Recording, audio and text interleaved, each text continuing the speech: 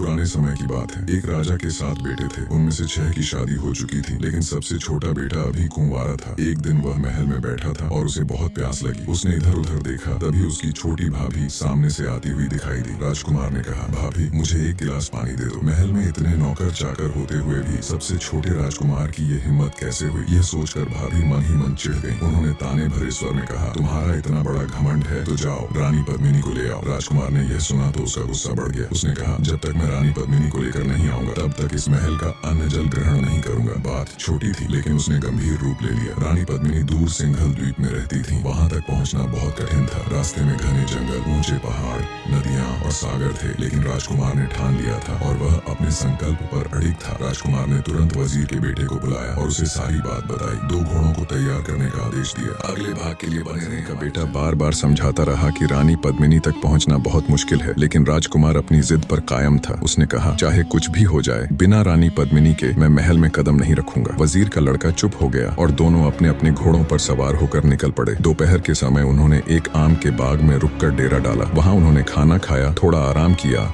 और फिर आगे बढ़ गए। शाम होने लगी, गोधूली का समय आ गया। तभी उन्हें सामने एक बड़ा बाग दिखाई दिया। राजकुमार ने कहा, आज की रात हम इस बाग में गुजारते हैं, कल सुबह जल्दी चल पड़ेंगे। बाग का फाटक खुला हुआ था और वहाँ कोई चौकीदार या रक्षक नहीं दिख रहा था। वजीर के लड़के ने बाग की ओर देखा और कहा, मुझे यहाँ कुछ खतरा महसूस हो रहा है, हमें आगे कहीं और रुकना चाहिए। राजकुमार हंसते हुए बोला, तुम बहुत डरपोक हो, यहाँ क्या खतरा हो सकता है? देखो बाग कितना हरा भरा और सुंदर है। वजीर के लड़के ने फिर कहा, आप माने या ना माने, मुझे यहाँ कुछ अजीब लग रहा है। लेकिन राजकुमार ने उसकी बात नहीं मानी और घोड़े को फाटक के अंदर ले गया। अगले भाग के लिए बने रहे हमारे चैनल पर।